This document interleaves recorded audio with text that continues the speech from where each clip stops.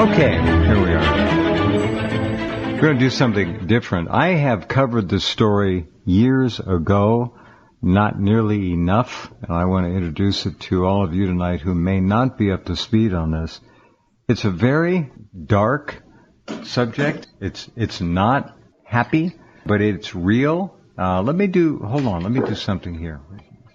I did a search for organ harvesting, human organ harvesting, and I got over 6.5 million results in half a second. Boom. Stories, how organ and tissue donation companies work their way in. The organ donation process is not what it seems. The big and shady business of organ harvesting. This is a big, big business. It's huge. And one of the most dreadful entries that came up is organ harvesting from Falun Gong practitioners in China. F-A-L-U-N, Falun Gong practitioners in China. They're called political prisoners over there. But unfortunately, it is a fact that China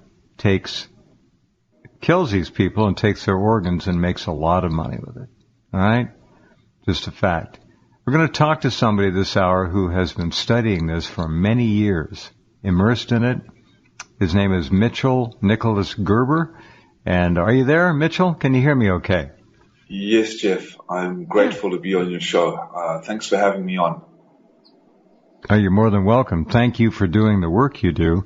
And I had another story today about a young man, I sent it to you, who simply tried to make this information available online, and he got death threats as he was trying to put the word out. You better stop now. We know who you are. We know where you are, that kind of thing, and you're dead. Have you been the recipient of such happy and cheerful news before? Death threats? Oh, absolutely. I am actually 100 miles away from the Chinese border in Vietnam, exposing the Chinese Communist Party's forced organ harvesting. So I have been involved in assassination attempts. My computer has been hacked. My car's been broken into. I've received death threats. I've had to sit down with the CIA, FBI. I was at a child trafficking court in London exposing this. Yes, Jeff, you know, when you do what you do to expose evil and you stand up against a reign of terror like the Chinese Communist Party, the Red Devil, the Red Dragon, they will do everything they can to destroy you, to conceal the facts. I was terminated from Facebook. I was shadow banned from Twitter. I was demonetized from YouTube. They will do everything to destroy you. But what is a man who cannot make the world a better place? And to fail to expose evil and to fail to support good is unacceptable in my book. So since the early age of 21 years old, I gave up everything. My father put me in very profoundly powerful business schools. He was a very successful entrepreneur. With my mother, we immigrated from South Africa to America. I became an American resident and citizen, and I was working for an investment firm. And then one early morning on May 4th, 2001, I just turned 21. I came across this beautiful, ancient spiritual movement called the Falun Gong, which we can get into in a moment. And it changed my life, especially after being so moved, a feeling of deep inner action, I guess, from within my core to do something to expose this evil, coming from South Africa, coming from a human rights background, and my grandfather being a philanthropic leader in South Africa. And anyway, this is how I started. Interesting you mentioned South Africa. I have spent a great deal of time trying to bring the horrors that are going on down there to the world as well. There is a lot of evil on this planet. When you said also how you had been banned and blocked by the social media giants and the rest of them, what does that tell? And I know our listeners are very smart. What does that tell you? I mean, you know this, but go ahead and state it to the world. What does that tell you about the matrix of evil that is clearly connected to the horrors going on in communist China? This is all this liberal, socialist, progressive, left-wing, Zionist, international, communist, Marxist regime, which certainly has one of its major headquarters in Beijing and extends right into the social media world here, is all aligned against truth. And I think you can make a statement about that pretty easily. Oh, Jeff, you nailed it. Communism is the devil bent on the destruction of humanity. And with these liberal think tanks, the radical left in America, all aligned, the globalist cabal with George Soros, Henry Kissinger, the Rockefellers, all aligned with the Chinese Communist Party to destroy and dismantle the great constitutional values of the United States, to dismantle and destroy the nuclear family, and infiltrate into the Western media, and to destroy our humanity. And this is socialism. It's a preliminary stage of communism, a trap to bring in and usher in a tyrannical reign of terror that the West has never seen before. This is a complete attack on freedom, fundamental values, and traditional morals and ethics. And you're saying it perfectly. It's very sad for me to see otherwise intelligent Americans fall into the socialist left-wing trap. They just don't understand that communism is the ultimate evil. And it is, you can call it by whatever name you choose. Liberalism, progressivism, it doesn't matter. It is the end of freedom and liberty. That is what it is. Look at the Bolshevik takeover of Russia.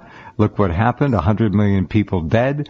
They don't care about human life. That's the big deception. Liberals don't care about human life. We've seen videos in the last week cheering over the shooting of that Trump supporter in Portland, just cheering, calling him this, calling him that.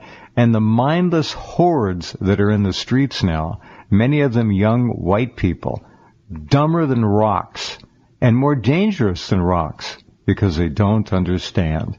And I don't even know how to begin to approach that problem. Let me ask you, if you would, to explain what Falun Gong is. Well, I've done this again years ago, but it's been far too long. Explain the movement, explain the core belief system of it, and then we're going to talk about forced live or organ harvesting, okay, on a kill-to-order state-sanctioned basis.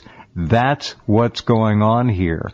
You want something, they'll kill someone to fill your order and send you the organ, okay? That's what the Chinese military is doing. So tell us about Falun Gong first, if you would, Mitchell. Sure, Jeff. I love how you put things so eloquently and just precise, and it just nails and hits through all the red tape to the core and the source of the matter. I'm just very grateful and honored to be on your show. I followed you for a long time as well. A true veteran and an honor to be on your show. I've followed you for a long time. Wonderful, Mr. Well, thank you. I'm It's very, very grateful to have you on. Go ahead, please. Thank you. So Falun Gong, folks, this became the life force of China. It was introduced into the general public of China in 1992 by a humble teacher, Mr. Li Hongzhi, a teacher of traditional modalities, wellness, and health. There have been many Qigong teachers or Tai Chi masters or yoga teachers and gurus around the world in this decade and the last as well, particularly with the yoga revolution in the United States. And Falun Gong is an ancient Chinese spiritual discipline in the Buddhist tradition. It's pronounced, as you said, Jeff, Falun Gong, and it consists of moral teachings, a meditation, and 4 gentle stretching exercises, folks, that are just truly unique and highly effective in terms of reducing stress, relieving anxiety, and the the principles of Falun Gong are truthfulness, compassion, and forbearance. Falun Gong emphasizes a character building in virtue rather than supernormal powers or extremist beliefs, as the true path to health and spiritual elevation consists on a simple nature, a grounded, down-to-earth, free-willing flow of organicness. The best way I can say there's no money involved. You are free to come. You are free to go. The exercises are very simple, and the philosophy is always based on good virtues, good deeds, upright principles, and morals. So many people, Jeff, were initially drawn to Falun Gong because of its healing effects. However, a significant reason for Falun Gong's popular appeal, especially in China and now in over about 120 different countries, was also due to its simple and straightforward requirements for people. Live your life according to truthfulness, compassion, forbearance. Let go of negative attachments, and be responsible to yourself and others.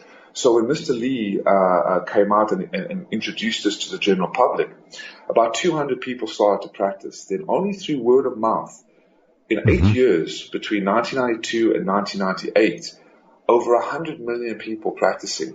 1 out of every 10 Chinese national citizens practicing. That scared the hell out of the Chinese Communist Party, of course. Scared the hell out of them. Yeah. And Mr. Lee, and one more thing, that Mr. Lee discouraged the fanaticism or the extremism of other schools that were so dedicated to their masters, but instead encouraged people who practiced Falun Gong to just focus on what matters, becoming a better person. So this won all the health awards in China. The Chinese government even praised Falun Gong as being the number one life force of the Chinese people. Millions of dollars of healthcare costs were being reduced.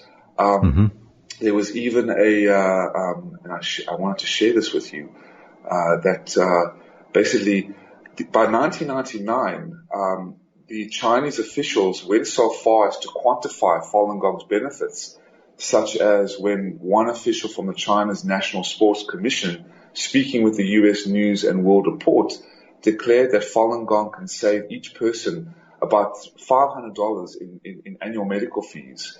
So if 100 million people are practicing, that's about 100 billion yuan saved per year in medical fees. And the same official went on to note that President Zhu Rongji, equivalent to the office of the Vice President in the U.S., is very happy about this.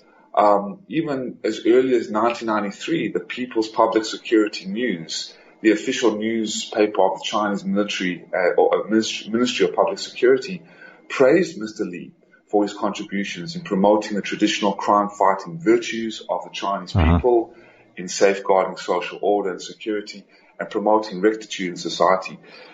Now, by 1999, the president of China, Jiang Zemin, the former president, not President Xi, who is now also complicit in what he's doing to the Uyghur Muslims and ramping up the organ harvesting, is even worse. Hu Jintao, the former president, didn't do anything either. But, Jeff, to understand how organ harvesting could happen in China, it's crucial to understand that there's no limit to how far the Chinese Communist Party will go to wipe out someone or something. I mean, this is a reign of terror, an evil specter that has demolished and decimated over 5,000 years of Chinese culture, wiped out over 100 million innocent Chinese people, has unleashed a virus. 100 million? 100 million Chinese wiped out. Wiped out under the Chinese Communist Party, and now harvesting forcefully a kill-to-order genocide against Falun Gong, sending hundreds and thousands of Falun Gong practitioners to state-mandated hospitals, cutting out their organs while alive, because they know full well the effects, the healing effects, as I've just shared with you, the metabolic processes, the cell and DNA functioning, the blood flow to the organs, and how the organs become incredibly healed and rejuvenated by the exercises, and the well-being and the state of mind of a human being by following a more truthful, compassionate, and tolerant lifestyle that Falun Gong shares. and the organ harvesting ramped up because of the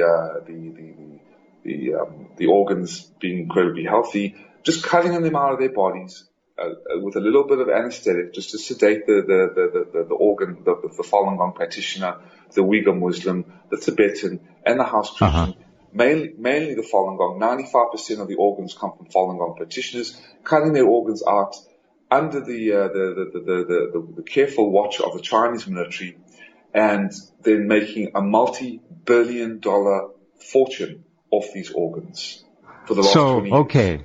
All right, let me recap that. The idea that Falun Gong can make the individual literally rise to a higher vibrational frequency on this planet of health, mental, physical well-being, insight, philosophy, morality, and all of that goes with the organ.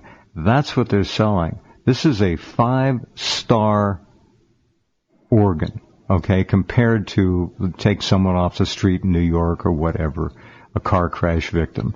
These are the best of the best. That's what Mitchell is saying here. I have 2 questions. One, what was it that turned the Chinese government against Falun Gong? Was there a single event, or was it a process because of its extraordinary popularity? What was it that turned the government into a genocidal monster when it comes to Falun Gong? The CCP, the Reign of Terror, hates the fact that anything outside of its control is more powerful than they are. So when Falun Gong became the largest spiritual movement, Jeff, in all of communist China between 1992 and 1998, the number of people practicing Falun Gong outnumbered the number of people in the communist Chinese cult membership. And the Chinese Communist Party's leader at that time, Jiang Zemin, grew very hateful and jealous that he couldn't control the hearts and the minds of the people practicing so much. Number 2, the ideology stands in stark contrast to the venomous, diabolical, demonic, killing nature of the Chinese Communist Party, where Falun Gong teaches truthfulness, compassion, and tolerance. Live your lives. Do well in business. Try to be kind and considerate and calm to others when you're doing anything in life. It stands truly in stark contrast to the venomous, killing nature of the Chinese Communist Party, where there's a saying that many regimes in history killed in order to conquer, where the Chinese Communist Party conquered in order to kill. And the last reason was when the Chinese Communist regime, when the Chinese Communist regime realized the healing effects and the benefits after 8 years of investigative and medical research, the Chinese Communist Party decided to create a final solution campaign, just like the Nazis did with the Jews. Very, very similar but different, but yet on the same grounds as killing Falun Gong practitioners in order to make a massive amount of money off their organs. And they've been doing this ever since. And I have a couple of clips. I'm not sure if you would like to play. Sure, anytime. Let me ask my second question. When a Falun Gong member is selected to have an organ removed, let's say it's a kidney, no anesthetic. You've made that clear. This is inhuman. But is the Falun Gong member stripped of all organs or just one particular organ? Or do any of them survive? Are they allowed to survive? Or when they are picked, is that a death sentence no matter what? They're just dead. According to the investigators, and we'll hear them in a moment, but when I was talking and I brought them to a coalition in London, to a child trafficking court in the Parliament to do a briefing, Dr. Enver Tohti, who is the chief and leading campaigner of forced organ harvesting, I would love him to be on your show, and Ethan Gutman, Dr. David Kilgore, and David Mattis.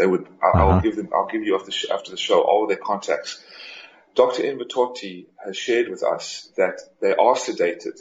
There's a little anesthetic because you have to have a little sedation in order to keep the patient as calm as possible. Otherwise, you'll have to hold them down. 4 or 5 security But they're personnel. not put under. They're not in a state of unconsciousness. They're fully awake. They're sedated. Fully awake. They're just sedated with a little anesthetic. This is satanically evil. There's no other word for it. Yes. And all the organs are taken out, removed. They strip it. Yes, and the skin as well. Not only are the skin, Falun Gong, I have, that's why I have so much evidence. The cadavers of the Falun Gong are also embalmed and plasticized and sold off to the body exhibitions that are touring the world. I don't know if you've heard about this or seen it in New York. Yes, I have. This is where they're getting a lot of them from Falun Gong members who have been stripped of all their vital organs. This is astonishing. Yes, absolutely.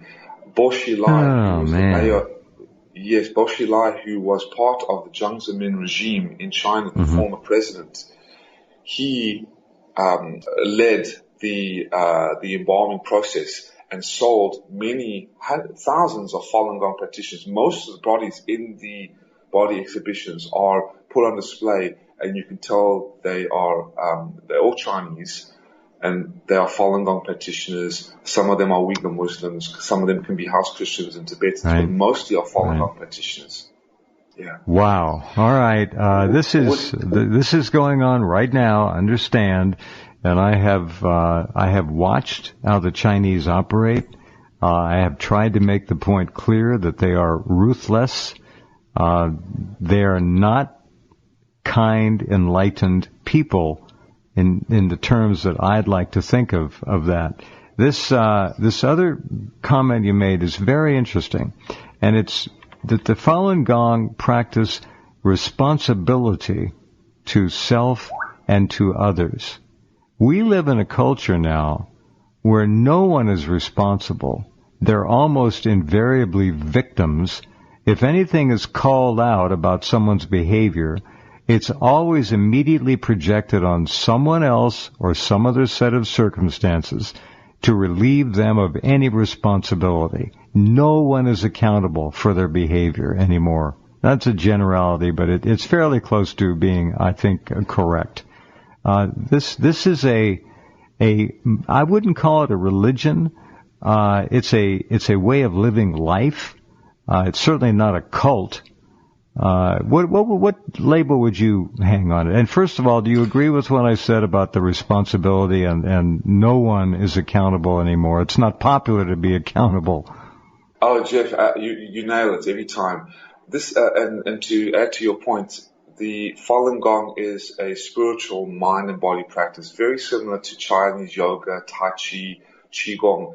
However, the Chinese Communist Party, with its minions, have demonized and weaponized their propaganda machine so villainously and so venomously to label it a CIA-backed terrorist cult. The communist regime even went so far that in 2001 they set 5 people on fire and a little 12-year-old girl and her mother to say that this is what Falun Gong practitioners do. People who practice Falun Gong, they kill themselves, they set themselves on fire. And state-run media was running propaganda of this and demonization propaganda, fake news. Just like what you're doing, what you're seeing with demonization of Trump, demonization of the Trump supporters, demonization of true, honest constitutional values, anti-American sentiment, pledging of allegiance, anti-constitutional values. The demonization and the propaganda machine is ramped up venomously in America with the racist psyop and the liberalism, which is disguised as the specter of communism. So with Falun Gong, the demonization of it, the vilification, the marginalization, the dehumanization of it, in order to turn public opinion against it, just like the Nazis did with the Jews, calling them vermin and rats, psyching up the German people to turn them against the Jews, just like the communist regime psyched up the Chinese people to turn against Falun Gong in order to give them the go-ahead to send hundreds and thousands of Falun Gong in cattle cars like rotisserie chickens and lobsters in a tank to state-mandated hospitals, turning the doctors into murderers, and then cutting out the organs, the corneas, the livers, the pancreas.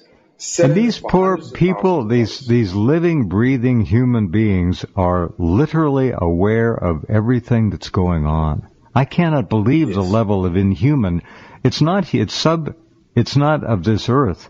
That evil is unspeakable. This is astounding. Absolutely, Jeff. Would you like to play clip 2 with the Kilgore? Okay, clip 2. Hold on a second. 2. For your listeners, yes. Hopefully this is the one. I think this is the one. Let me just double check here. Make sure. Clip 2. Yeah, that's it. Okay. All right. And we are ready. Allegations that have repeatedly been aired that China plays a part in harvesting organs, mainly of executed prisoners. The numbers run to thousands every year.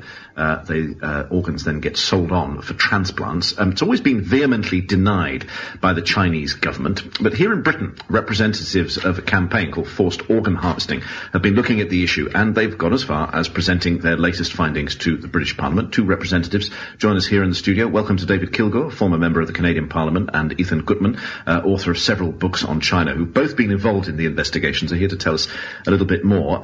David Kilgore, if I could start with you, what are the latest findings of your investigation? What are you closing in on? That about 65,000 Falun Gong practitioners have been killed and their organs trafficked. There are other people too, convicted prisoners are killed, of course, but the thing that we're focusing on is the Falun Gong community. My colleague Ethan Gutmann has done a lot of work on the Uyghur community. He'll probably want to say something about that. But yeah, there's no doubt. We have 52 kinds of evidence that this is happening. To give you the easiest example, the wife of a surgeon told us that her husband had removed the corneas from 2,000 Falun Gong practitioners in a 2-year period. So, I mean, there's absolutely no doubt in anybody's mind. We've got 2 books on it. We've got all kinds of... And these, just to clarify, these come after judicial executions? No, there's no judicial involvement in virtually all of the Falun Gong. That's the thing that nobody understands. Okay, right. So we better clarify this, because we often cover the fact that China, of course, has one of the highest rates of execution, judicial execution. It's their choice. That's what they do. And they're always there in the top 3, along with Saudi Arabia and Iran. But this is something different. Exactly. It's because a police signature is all you need to get sent to a forced labor camp. And then basically what happens is somebody from, it could be London, it could be Canada, goes over there for a liver. And there's a computer bank, and it says there's a match for you out in camp number 50. And somebody's dragged out of the camp number 50 into an operating room. Their liver's taken out of them. It's flown to Shanghai, where you're probably waiting for your liver. And you come back to London with a new liver, and somebody has been killed like a lobster in a grotesque restaurant. Hang on a minute. So you're not even saying, because, I mean, it's one issue, the judicial executions and the use of the cadaver, which I suppose in a certain legal sense is the property of the state once the state has killed the individual. But you're saying these are people being killed to order? Precisely. And it's so, as you say, your horror shows how distressing it is. But yet it never gets mentioned. That these are people who've been maybe giving out pamphlets asking them to stop killing Falun Gong, and they're guilty of nothing.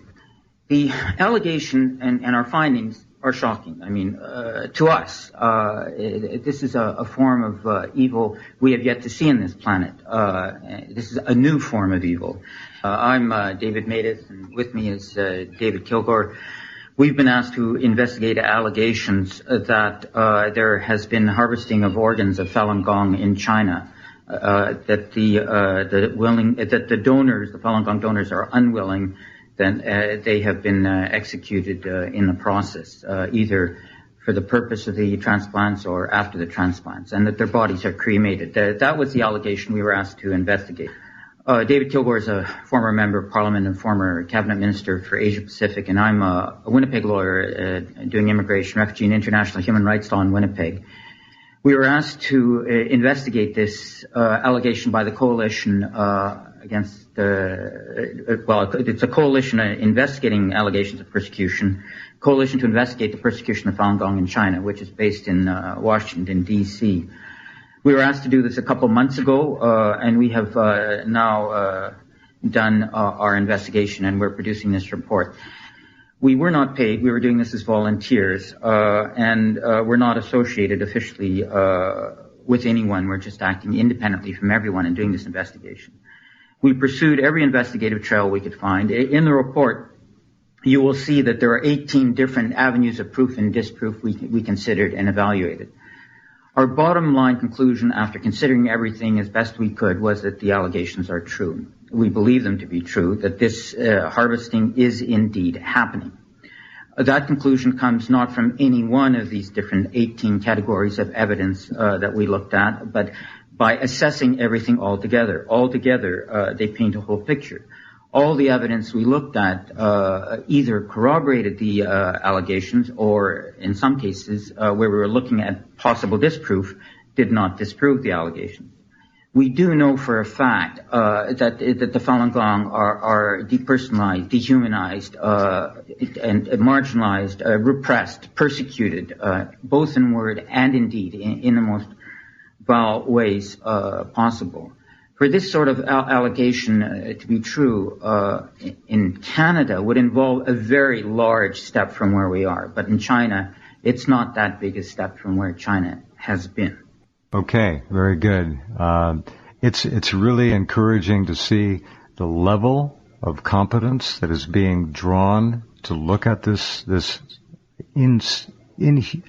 unspeakable horror that's going on there. Big business. What are we talking about? Literally billions of dollars in profit over the years? Multi-billion. And those interviews were 2006 and 2014, oh my. Jeff. That was only in 2014, 2006. The tribunal, Chinese tribunal that came out in December of 2018, through the members unanimously and sure beyond a reasonable doubt, have said that China's forced organ harvesting from Falun Gong have been practiced for a substantial period and involving billions of dollars, multi-billions of dollars. And so Ethan Gutmann came on the scene in about 2016, joined forces. He's a China investigator and also a Nobel Peace Prize nominee with David Kilgour, David Mattis. All of them are Nobel Peace Prize nominees, and they should even win the awards. But Ethan Gutmann came on the scene, wrote a book called The Slaughter, and I implore all your listeners to read it. It can be bought on Amazon. But if you can just go to endtransplantabuse.org, I've shared with all the links, Jeff, with you, so you can put them. You're free to use them and put them on the website or whatever you would like to do with your producer. Oh, of course, no, thank you. And The Slaughter details a 10-year investigation, 8 to 10-year investigation of Ethan Gutmann staying with the Falun Gong, researching who they are, what has been going on in China, and the Uyghur Muslims as well that have been just reduced to a population between, from 18 to 12 to 6 million. Some of these groups just wiped out the face of the map. Forced blood testing, and just shocking, just absolutely shocking that this is going on. So there's absolutely no doubt, and it's been concealed. You don't see this on the mainstream media. You don't hear it in the big publications. So I'm very grateful again to come on your show to talk to your listeners and share this with your viewers as well. Oh, of course. Now, this raises the obvious question. Organs harvested to order. This must mean that Western medicine in Europe and in America and maybe Canada is tied in with the supply of organs. Maybe they're looking the other way and pretending that they don't know where these come from. I don't know. But they have to know there's a ready-made, 5-star quality organ service and system available to them to take care of patients in need of transplants. They have to know it. So that means they're part of the problem. Western medicine. It has to be.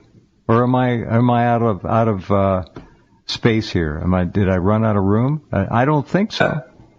Actually, you're quite amazing, Jeff, because there was an report that came out exposing Western companies allegedly complicit in China's organ scandal. There you go. So there's been, exactly, the report for the first time named 20 global companies profiting from China's transplant trade, where innocent people are murdered. And the report, entitled The Economics of Organ Harvesting in China, and conducted by the Institute to Research the Crimes of Communism, finds that companies from Western countries are taking part in China's organ harvesting crimes, including Pfizer from America, Organ Ox from the United Kingdom, and Roche from, I think that's how you pronounce it, from Switzerland. So yes, definitely, you nailed it. Over 1.5 million people detained in Chinese camps are seen as ideal sources of organs. Not to mention the hundreds and thousands that are killed each year. And these are conservative estimates. This is such a sensitive topic, and a really hard to believe topic, that the investigators have instructed me seriously not to over-exaggerate or exaggerate even for an inch, because the evidence is still coming out more and more day in and day out. But at least 100,000 transplantation have occurred in China, and between 80 to 100,000 Falun Gong practitioners a year now have been killed for their organs. And that's just a very conservative estimate. Do most Western transplant seekers fly to China for the surgical implant, or is that done over here and the organs are flown via commercial airline or whatever quickly with dry ice? How does it work? Do people go to China for these operations? I guess they must in some cases. Yes, because this is a kill to order. So when you had a waiting list of 4 to 8 years for a heart, or 3 to 4 years for a kidney or a liver, and you can get it in a matter of hours or a matter of days or a matter of weeks. Wow. No wonder, I had the good privilege to talk to Dr. Envatotti, who was talking about how Rockefeller had, 7 heart transplants? Where do you think he got them from? Cheney. And Cheney as well. Yes, Rockefeller and Cheney. Yeah, don't forget Dick Cheney. Exactly. And what is even more horrifying is that when the coronavirus, we really call it for what it is, the Chinese Communist Party virus, that has caused complete devastation around the world, the lockdowns, the lack of jobs, the complete destruction of 401ks, and the stress the post-traumatic stress of people. This is all from the Chinese Communist Party, deliberate negligence of the Chinese Communist virus, who covered up and concealed and lied and have been colluding with the World Health Organization, which we call the Communist Health Organization, the United Nations, which is not even a governing body for humanity. I mean, it's a complete calamity. However, when you were asking me where these organs come from, basically, one of the most horrific sources of evidence we've come up with in terms of reports, the findings, where the volume drivers of these organs come from, are from China itself. The Chinese citizens don't even know where these organs are coming from. So the Chinese citizens are being killed to supply large numbers of organs to Chinese citizens. For example, China has about 130 million hepatitis B carriers. China also has 40 to 50% of the world's liver cancer patients. In addition to over half the world's liver cancer patients. I got it. So you get for the 8 million end-stage liver patients, the most effective treatments is what? Transplantation. So they will be fueling this organ harvesting business, not only from international waters, but domestic grounds as well. Horrific, shocking.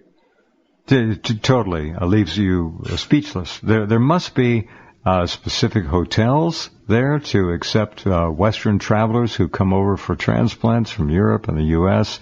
Hospitals. It's got to be that kind of a big business over there. I'm not there, I don't know, but I would imagine everything is done in a, quote, first-class fashion.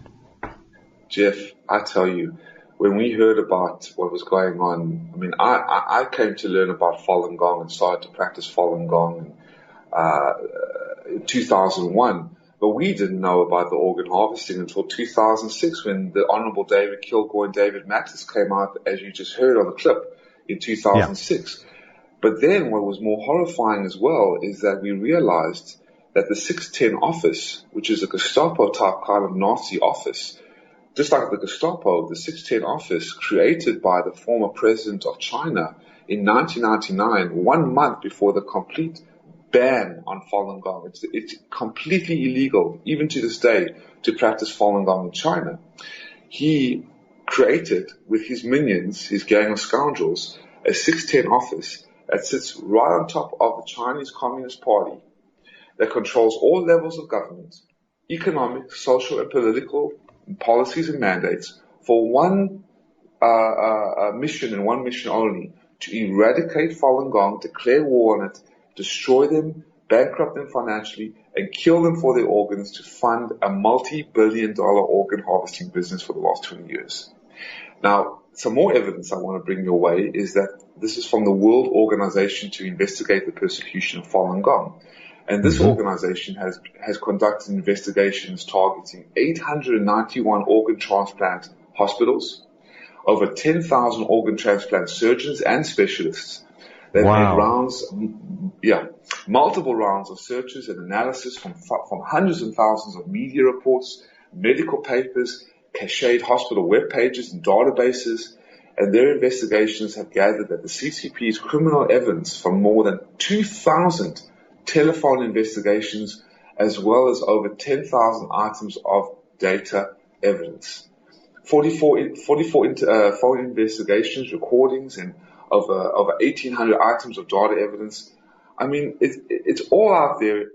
There's no refuting this evidence. But yet, when the investigators go to the United Nations, go to the government bodies, they go to the World Health Organization, it all just ignores, falls on deaf ears.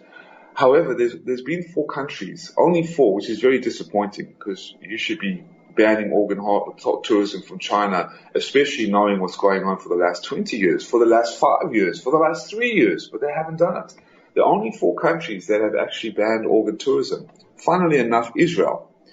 The Israeli Knesset, with the Sanhedrin, the ancient Rabbinic Council, and the Transplantation Medical Association under the President Jacob Levy, have banned organ tourism and have created the Tourism Transplantation Law of 2008, banning any Israeli citizen from going to China.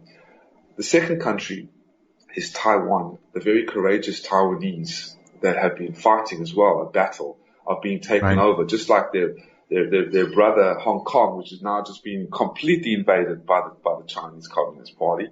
And if you say anything against the Chinese Communist Party, you're going to get an indefinite jail sentence in Hong Kong, or shipped off to China to a detention camp or a re-education camp. The third country is Spain. The Spaniards came and banned organ tourism, and now Italy. But only 4, Jeff. Only 4 countries out of how many countries? 200 countries in the world have banned organ tourism. That just goes to show the responsibility for human life, and to show you that extinction of life before a loss of profit. Wow. All right. We have about 6 or 7 minutes left. Would you like to play another clip, Mitchell? Sure. Let us know. Sure. Or we can carry on as we are, whatever you'd like. The clip is about 5 minutes long. Is that okay? It's from the... We can get that in. Yeah, we'll get it in. Which clip? Let's do clip 3 from Edward McMillan Scott, the Vice President of the European Parliament. Okay. Let me make sure I have clip 3. Okay. It's a very telling... Okay, here's clip number 3. Edward McMillan Scott. Thank you very much indeed, Peter. I wrote a report on EU-China relations in 1990. Is that the right one, Mitchell? Yes, that's perfect. Yes. Okay. 7 for the Foreign Affairs Committee, and returned to Beijing in 2006, where I met ex-prisoners of conscience, Falun Gong practitioners, as well as made contact with a number of other dissidents and reformers. All the Chinese with whom I had contact were then imprisoned, and in some cases, like Gao Zhisheng, tortured. Gao Zhisheng is a Christian human rights lawyer, very, very well known in China, who investigated the persecution of Falun Gong and wrote reports about it. And one of the people I met, Cao Dong, who had been in prison, told me the story about how his best friend had disappeared one evening from the cell in their prison. And the next time he saw him, it was his body in the prison hospital with holes where body parts had been extracted. The belief that I have, and I share with David Kilgour, that organ harvesting is widespread in China, and it is restricted almost exclusively to Falun Gong practitioners. The only prisoners in China who are routinely blood tested and blood pressure tested are Falun Gong practitioners. The organ transplant industry is in the hands of the military. The People's Liberation Army is responsible for the hospitals, the transportation of body parts, and the sale of them. It is therefore a governmental activity and constitutes genocide under Article 2 of the Genocide Convention. It is as serious as that. And my final word is, with respect to you, Peter, the Falun Gong are to the Chinese regime of today what the Jews were to the Nazis during the war. And we should all take note of this and look at China with new eyes. The European Parliament comes from a very diverse background, and as Peter has already said, even within this quite straightforward resolution there are still problems, because the absolute deluge of propaganda from the regime in Beijing vilifying Falun Gong as some sort of extremist cult. Now, I've met, as I said, hundreds of members of Falun Gong. It is not a sect, it is not a cult, there is no money involved, there is no brainwashing. All the normal characteristics of a cult simply don't exist. These are people who practice their spiritual exercises on their own, and yet, as I said, because between 70 and 100 million people in 1999 were practicing Falun Gong, this was seen by Jiang Zemin, then the leader of the Communist Party, as a threat to his own position. It wasn't, of course, but he saw the opportunity of creating an enemy within.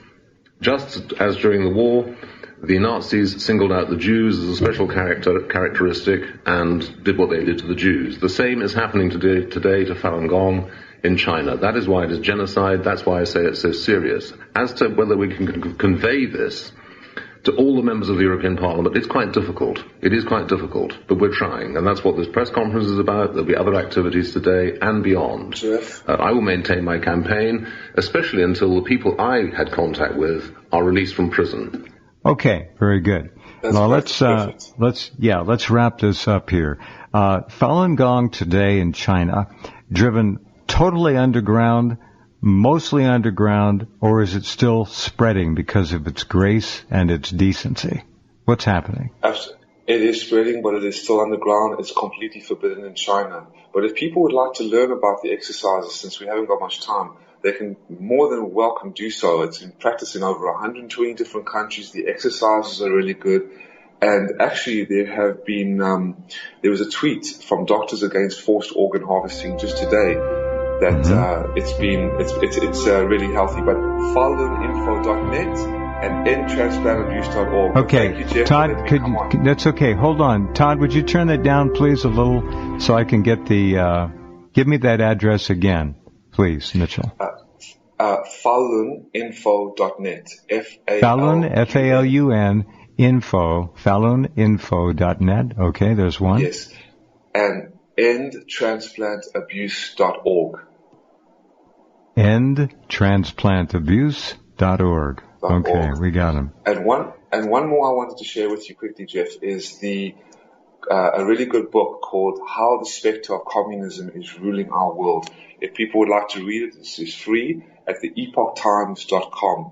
A really great publication out of New York. But again, thank you, Jeff, for letting me come on, and I hope to see you again in the future.